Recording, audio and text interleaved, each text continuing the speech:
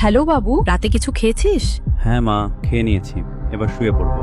ভালো করে ঘুমাস। বাড়ি কবে আসবি? ভোরবেলায় বেরিয়ে পড়বো। সকালে ঘুম থেকে উঠে দেখবে আমি এসে গেছি। আচ্ছা, ঘুমিয়ে পড় তাহলে এবার। কাল দেখা হচ্ছে। হ্যালো। কাকিমা, আমি দেবাদিত্যর বন্ধু বলছি।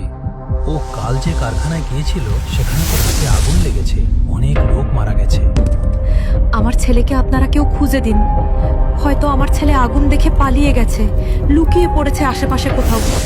আপনারা একটু ওকে খুঁজে আনুন না, দয়া করুন এই মাটার ওপর। আমার ছেলেকে পুরো রাজপুত্রের মতো দেখতে। ও বড় হয়ে আইপিএস অফিসার হবে, জনগণের সেবা করবে। ও কিছুতেই এই আগুনের কাছে হার মানতে পারে না। কারখানার দরজা বাইরে থেকে বন্ধ ছিল, ভিতরে থাকলে বেঁচে থাকার সম্ভাবনা নেই কোনো।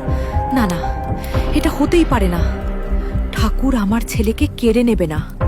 ও নিশ্চয়ই বেঁচে আছে। ওই জুতোটা তো ওর না, ওই পোড়া জামাটাও ওর না। ও নিশ্চয়ই বেঁচে গেছে।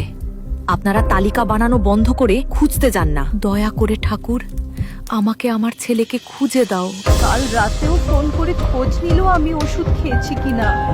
বলল সোমবারে বাড়ি আসছি, তোমাদের জন্য একটা জিনিস আনছি। রোজ সকালে ফোন করে নিজের ছেলে মেয়ের সঙ্গে কথা বলতো। আজ সকালে যখন ফোন বাজলো ভাবলাম বাবু ফোন করেছে। দুঃস্বপ্নে ভাবিনি যে শুনতে হবে বাবু আর নেই। কারখানার গেট বাইরে থেকে তালা দিয়ে মানুষকে পুড়িয়ে মারলো। আমরা সরকার থেকে জবাব চাই। এখন সরকার চুপ কেন? প্রশাসনিক গাফিলতির জন্য যে আজ এত যুবক প্রাণ হারালো, সেই দায় এখন কে নেবে? সরকারের কাছে কি আজ আমাদের প্রাণ এতটাই মূল্যহীন?